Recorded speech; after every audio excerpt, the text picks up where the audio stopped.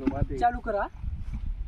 नमस्कार शेतकरी मित्रांनो, आज आपल्याला रासायनिक खतामुळे मोठ्या प्रमाणामध्ये शेतीचं नुकसान होत आहे आणि शेतकऱ्याला आर्थिक खर्च जास्त होत आहे।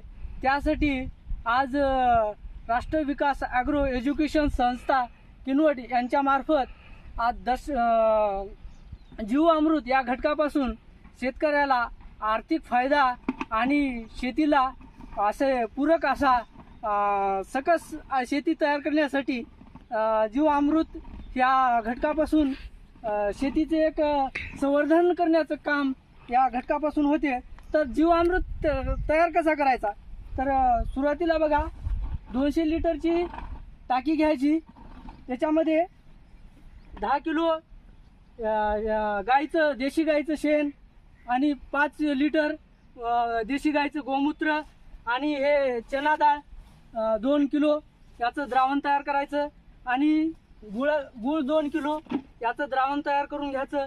हे सर्व द्रावण त्या टाकीमध्ये टाकायचं आणि थंड हवेच्या ठिकाणी ठेवायचं आणि सकाळ आणि संध्याकाळ 2 टाईम याला ढवळून घ्यायचं।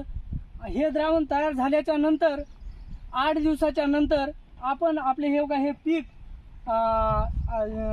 कोणतेही पीक असो त्याला ड्रिचिंग मार्फत किंवा फवारणीच्या मार्फत दिल्यामुळं आपल्या शेतीला एक जैविक खत तयार होतो आणि आपली वीजरहित आपली शेती तयार होते। यामुळे शेतीचं मृदा संवर्धन होते आणि औषधाची सुद्धा बचत होते आणि आपल्याला आरोग्यदायक उत्पादन भेटते। त्यासाठी प्रत्येक शेतकऱ्यांनी जीवामृत तयार करून आपल्या आर्थिक खर्च आणि आरोग्यदायक उत्पादन आणि भविष्यासाठी शेती पुढच्या पिढीला देण्यासाठी जीवामृत हे करून घेणं आवश्यक आहे। प्रत्येक जणांनी साधी सिंपल आहे पद्धत प्रत्येक जणांनी करावी हीच विनंती।